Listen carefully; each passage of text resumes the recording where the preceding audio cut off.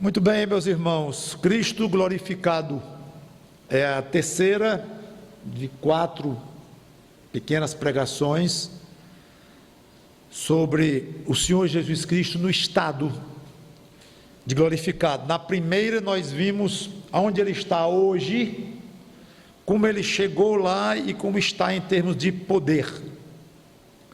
Na segunda pregação nós perguntamos o que Ele está fazendo atualmente, o que a Bíblia fala em termos de atividades de Jesus Cristo hoje, atualmente.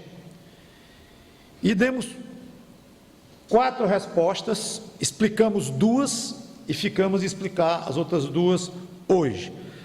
Todas essas 4 atividades, é bom deixar claro, são feitas em favor dos homens, sempre para o benefício, sempre para o bem, sempre em amor.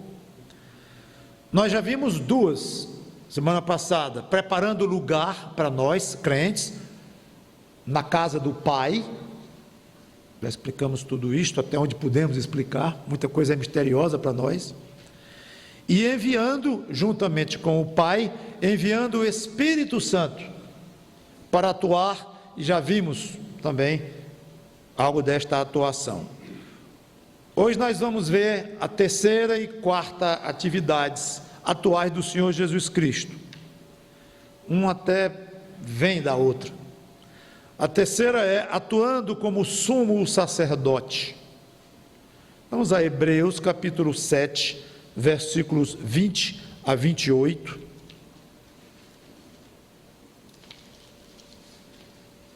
É uma passagem um pouco longa, complexa, não muito fácil. O livro de Hebreus, na realidade, é um livro que exige uma concentração e estudo mais profundo do que outros livros do Novo Testamento. Mas eu não vou explicar em detalhes aqui, apenas eu quero utilizar para o nosso contexto aqui, nosso tema de atuação de Cristo com relação a nós. Hebreus 7, 20 a 28 diz: e visto que não é sem prestar juramento, porque aqueles sem juramento são feitos sacerdotes, mas este com juramento por aquele que ele disse, o Senhor jurou e não se arrependerá. Tu és sacerdote para sempre. Por isso mesmo, Jesus se tem tornado fiador de superior aliança. Ora, aqueles, falando dos sacerdotes do tempo da lei, são feitos sacerdotes em maior número, porque são impedidos pela morte de continuar. Este, falando de Cristo, no entanto, porque continua para sempre, tendo o seu sacerdócio imutável. Olha o versículo 25. Por isso também pode salvar totalmente os que, por ele, se chegam a Deus, vivendo sempre para interceder por eles. Com efeito, nos convinha um sumo sacerdote como este, santo, inculpável, sem mácula, separado dos pecadores e feito mais alto do que os céus, que não tem necessidade, como os sumos sacerdotes, os outros, de oferecer todos os dias sacrifícios, primeiro pelos seus próprios pecados, depois pelos do povo, porque fez isto uma vez por todas, quando a si mesmo se ofereceu. Porque a lei constitui sumos sacerdotes a homens sujeitos à fraqueza, mas a palavra do juramento, que foi posterior à lei, constitui o Filho, perfeito para sempre. Vamos orar. Obrigado, Senhor Deus, por este tema tão maravilhoso que temos pela frente, que Teu Espírito nos ajude a explicar um pouquinho do que está aqui dito. Precisaria muito mais penetração no texto, na Tua palavra, para detalhar o que está aqui explicado. Mas dá-nos esta pregação dentro do que ela se propõe a fazer, que é nos lembrar o que o Senhor Jesus Cristo está fazendo hoje no céu por nós. Em nome dele, vive e poderoso ao teu lado, é que nós te pedimos e agradecemos. Amém.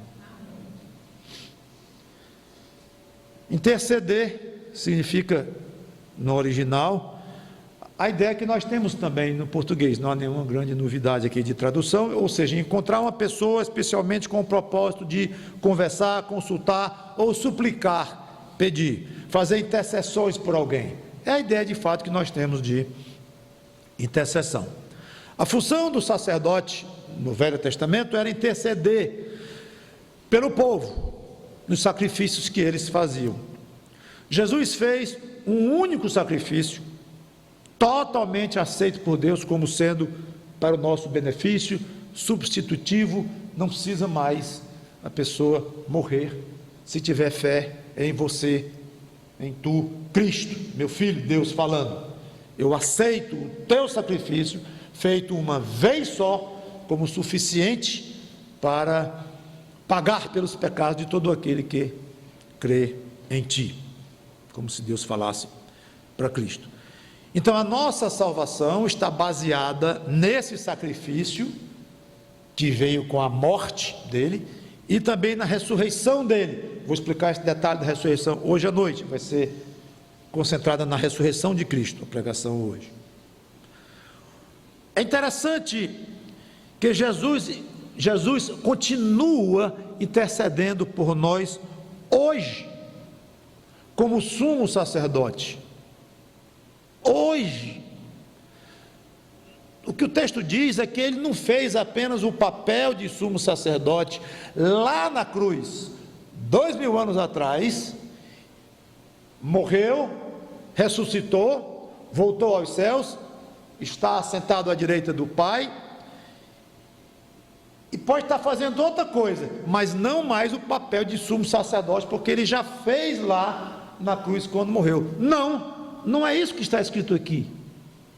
Ele ainda desempenha o papel de sumo sacerdote, ele exerce hoje esta atividade.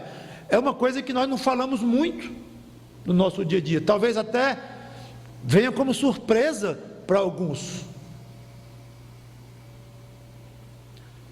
Não mais para sacrificar a si mesmo. O que ele faz hoje como sumo sacerdote não tem mais nada a ver com o sacrifício que foi feito uma vez por todas. O sacrifício, então, no que concerne ao aspecto sacrificial, o papel dele como sumo sacerdote terminou, na cruz, fim. Mas ficou algo para ele desempenhar em favor dos salvos hoje, como sumo sacerdote. O que é interceder por nós. Vamos já comentar um pouquinho isto, sobre essa intercessão, mas antes disso, observem 3 contrastes entre os sumos sacerdotes do Antigo Testamento e Jesus. Primeiro, no Antigo Testamento eram muitos. Por quê? Porque eles morriam. Aqui diz, por causa da morte, eles morriam, então tinha outro, aí morreu outro, e tinha outro. Claro, Jesus é único, porque ele é eterno. Ele morreu sim, uma vez, para nunca mais, e morreu porque quis. Ele se fez mortal, ele se entregou àquela morte, mesmo tendo morrido de fato, que de fato morreu, mas não necessariamente, ele se entregou. Mas tudo bem, morreu, foi, então ele é mortal, tornou-se mortal, foi, mas nunca mais. Então ele nunca mais vai morrer. Não precisamos estar preocupados. Vem cá, quando o nosso sumo sacerdote morrer, qual é o próximo na linha de sucessão?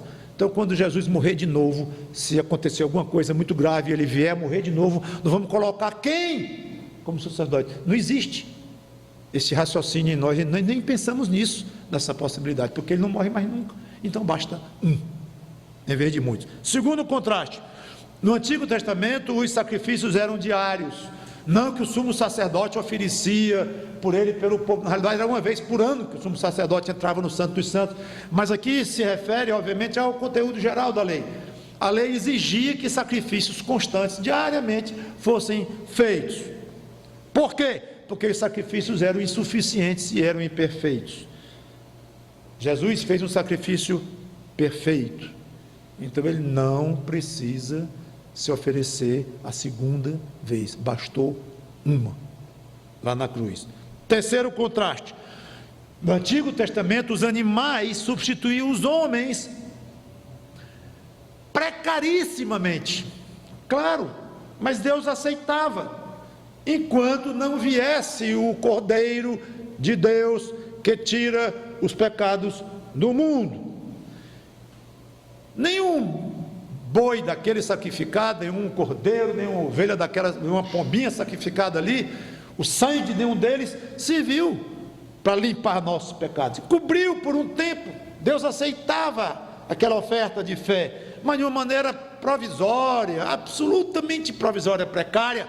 Jesus veio, derramou o seu sangue inocente, um sangue de homem, para limpar sangue de outros homens. Importantíssimo esse detalhe. Ou seja, ele substituiu plenamente os homens. Agora, voltando então à ideia da intercessão, como seria essa intercessão? É uma pergunta difícil de ser respondida, para não dizer impossível, se quisermos uma resposta absolutamente precisa, porque simplesmente a Bíblia não dá muitos detalhes. Mesmo assim, eu gostaria, com base na Bíblia, claro, de sugerir 2 pontos. Primeiro, pelos eleitos que vão sendo salvos, o intercessão para efeito de salvação, incluindo o envio do Espírito Santo, como já comentamos. Ele envia o Espírito Santo para alguém eleito ser convertido dos seus pecados e receber, pela graça, receber fé nele próprio, Cristo, e passar a ser salvo. Então, é uma intercessão em favor dos discípulos dele, ainda não convertidos, que vão sendo salvos ao longo das suas vidas. Então, cada pessoa que é salva hoje, você pode dizer que é resultado da intercessão pessoal e ativa de Jesus Cristo por aquela pessoa. Ele intercede por aquela pessoa, providencia algo por aquela pessoa. E eu diria pelos salvos. Esse ponto é o mais delicado para a nossa compreensão, sob pena, inclusive, de nós nos assustarmos com uma ideia de que a salvação foi incompleta. Não foi incompleta. A salvação que ele operou na cruz, o sacrifício que ele fez, já disse várias vezes, está absolutamente completo, encerrado. Porém, não é tudo no que se relaciona ao bojo total da salvação. Nós ainda pecamos. Você ainda peca hoje. E agora vamos para o 4º ponto que eu vou puxar, vou explicar isto. Advogando por nós. Ele intercede por nós como sumo sacerdote, e ele advoga por nós, passagens conhecidas em 1 João 1, 8, 2 a 1. Como é essa intercessão que ele faz?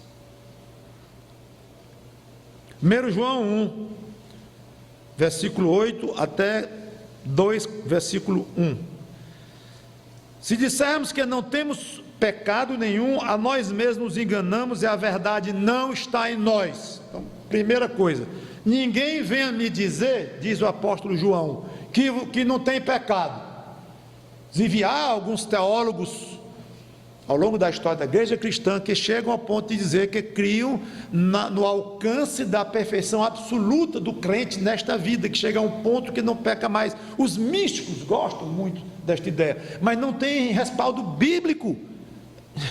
Não dá para ser mais claro do que João. Olha só quem João, o apóstolo amado, se alguém não tinha pecado, já tinha adquirido um ponto de perfeição numa vida, ele já escreveu já maduro, velho, ele já teria alcançado, mas ele diz assim: alguém ousa dizer que não peca, não é mais pecador entre os crentes? Mentiroso. E está chamando Deus de mentiroso, que é muito mais grave ainda. Está aqui. Se confessarmos nossos pecados, Ele é fiel e justo para nos perdoar os pecados e nos purificar de toda injustiça. Ele está falando aqui de atividade presente. Se confessarmos hoje os nossos pecados, salvos. Confessar pecado, salvo. Aqui. Ele é fiel e justo para nos perdoar os pecados. Que pecados?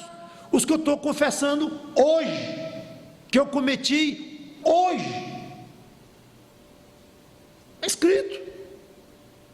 E nos purificar de toda injustiça. Se dissermos que não temos cometido pecado, fazemos-lo mentiroso, e a sua palavra não está em nós. Filhinhos meus, estas coisas, agora ele assume agora um tom carinhoso, que ele estava duro, chamando de mentiroso quem disser que não tinha pecado, e diz que Deus está mentindo. Se alguém disser que não tem pecado, ele abranda. Filhinhos, essas coisas vos escrevo para que não pequeis. Não pequeis quando? Hoje. Cada um no seu dia a dia. Se todavia alguém pecar, quando?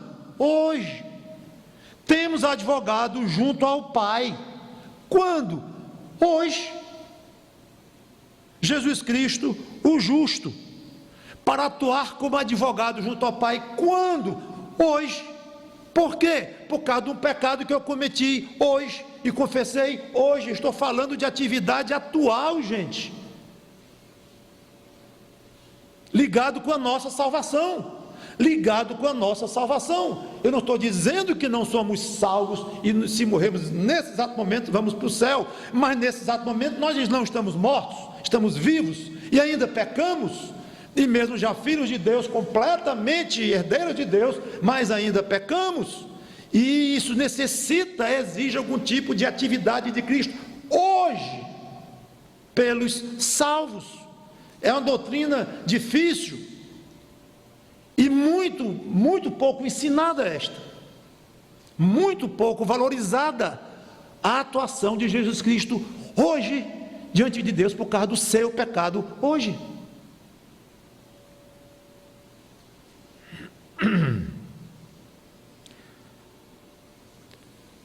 Está diretamente relacionado com o pecado que você comete dia a dia após salvo. E a salvação que recebemos de Cristo, ou em Cristo, inclui essa intercessão diária dele. Se todavia alguém pecar, temos advogado junto ao Pai, Jesus Cristo o justo, e ele é a propiciação pelos nossos pecados, não somente pelos nossos, mas ainda pelos do mundo inteiro. E a passagem continua. Na cruz ele fez o sacrifício único, uma vez por todas, com poder para perdoar todos os pecados que todos os seres humanos viessem a cometer, caso se arrependessem.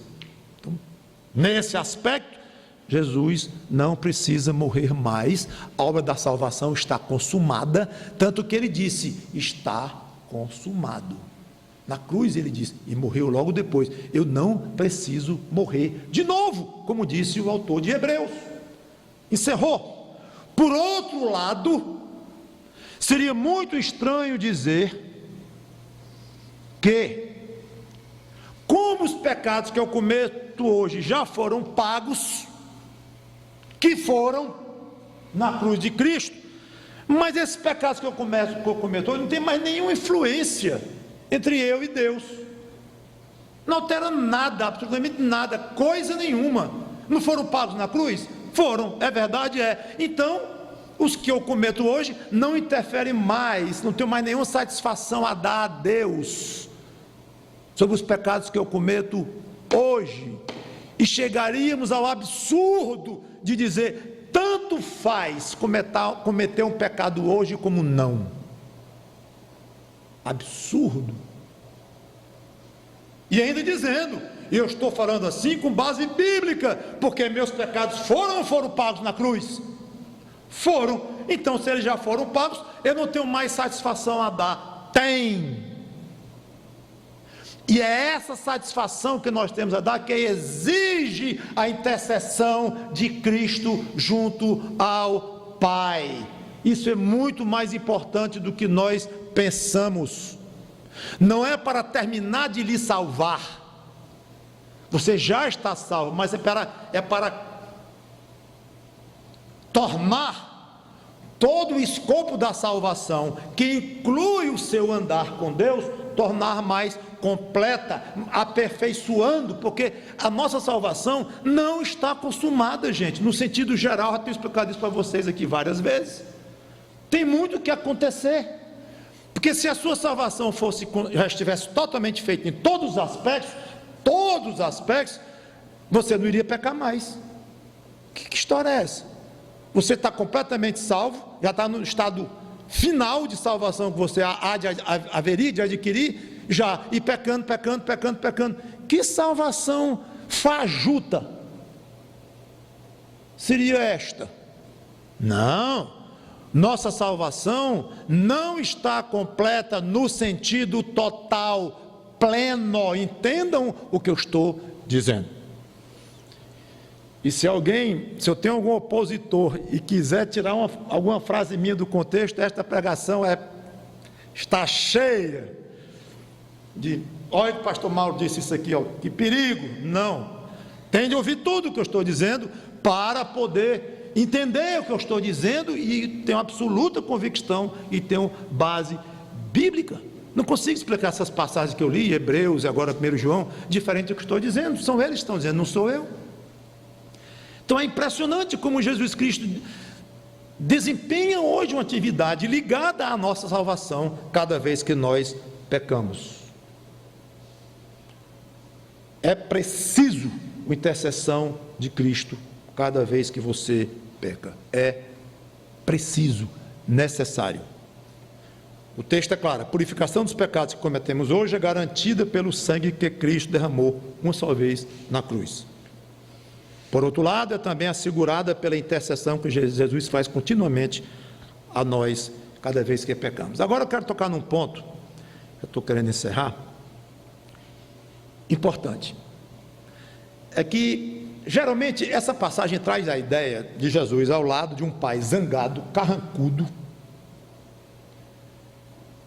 Me convença mais uma vez que você morreu numa cruz, derramou seu sangue lá, porque o fulano pecou de novo, e eu vou condená-lo. Não faça isso, meu pai. Não faça isso, meu pai, não faça isso, eu morri por ele numa cruz. Aí tem que lembrar tudo ao pai. Não é essa a imagem que nós devemos ter. Eu não sei como é que se processa em detalhes um diálogo nesse nível, claro que eu não sei, mas não é razoável pensar assim. Vocês sabem de quem foi o plano de enviar Jesus para morrer pelos pecadores? Pelo Pai. O plano foi do Pai. Vocês sabem quem sofreu terrivelmente vendo seu filho querido dizendo: meu Pai, meu Deus, por que me abandonaste? Foi o Pai que sofreu também, foi ideia dele.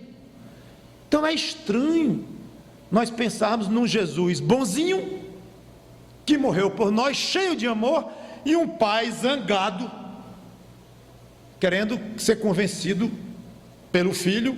Interceda, vamos lá, interceda que ainda está pouco, interceda mais, porque eu vou condenar aquele camarada ao inferno. Não, eu sugeri algo mais parecido assim: que prazer, meu filho amado,